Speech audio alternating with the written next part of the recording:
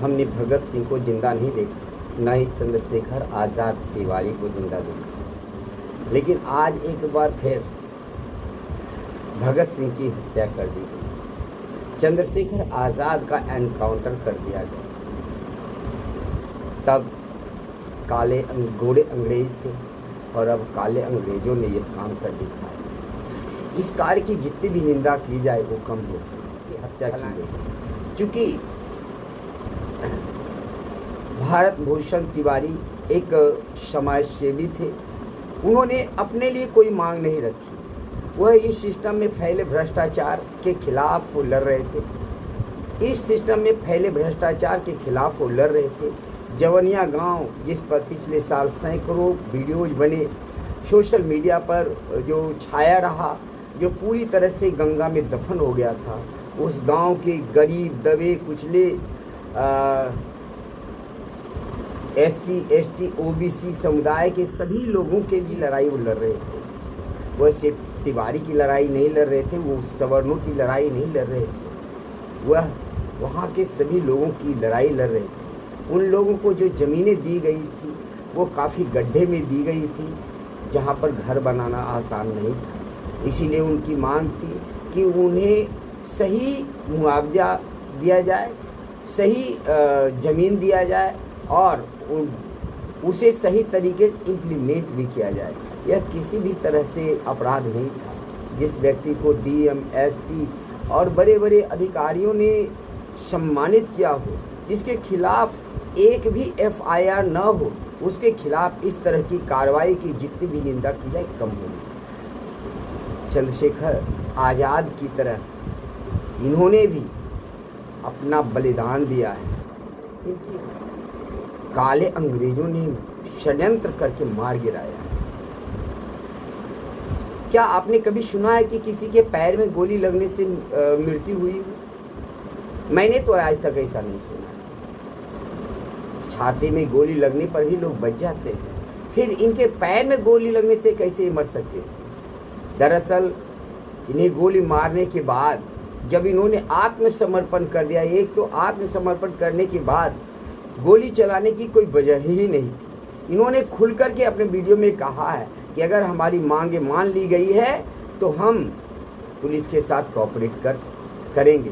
बावजूद इन्हें गोली मारी गई। पैर में गोली मारी जाती कोई बात नहीं थी, इन्हें बंदूक के कुंदे से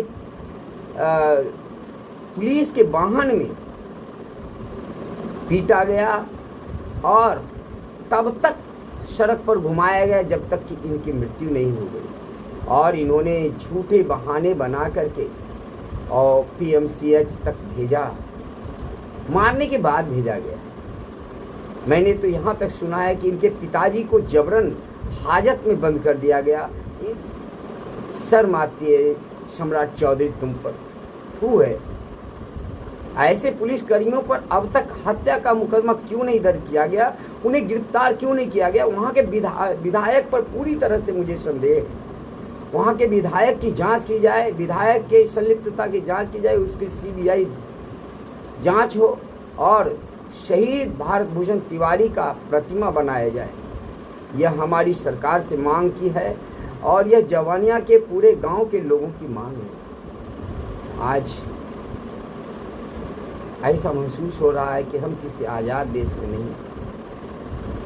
इससे तो अच्छे अंग्रेज थे, उन्होंने भगत सिंह की हत्या नहीं की, उन पर केस चलाया और केस चला करके ही फांसी दी गई।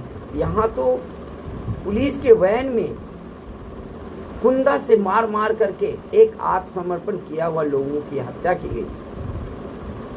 देशभक्त लोग जो अपने लिए कभी कोई मांग नहीं रखा, जिसके खिलाफ किसी भी थाने में कोई मुकदमा नहीं, जिसके खिलाफ एक भी व्यक्ति खड़ा नहीं है, ऐसे लोगों की हत्या। मैं उनके उस तरीके का समर्थन नहीं करता।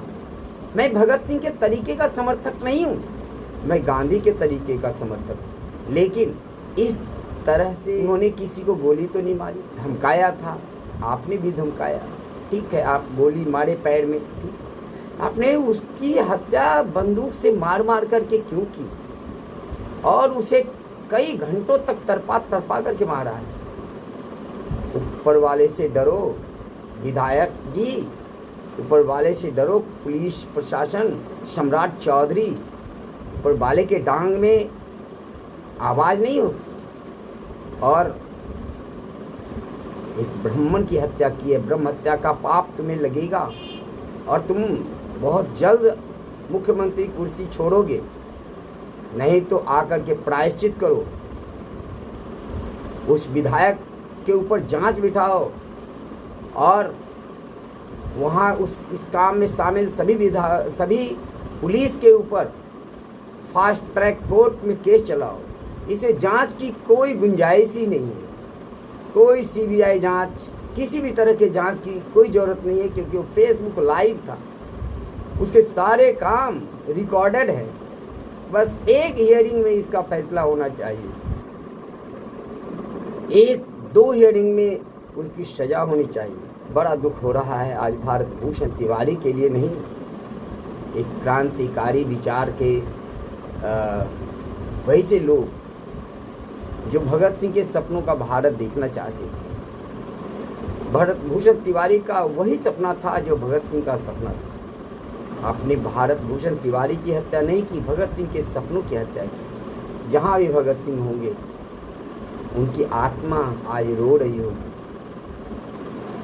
और एक चंद्रशेखर आज़ाद तिवारी थे और यह भी दूसरा चंद्रशेखर आज़ाद तिवारी की आत्मा ही इनमें थी, भारत भूषण तिवारी में, जिन्होंने किसी जाति पाति धर्म इसके समाज के हित में भ्रष्टाचार के खिलाफ, भ्रष्ट सिस्टम के खिलाफ जंग का ऐलान किया।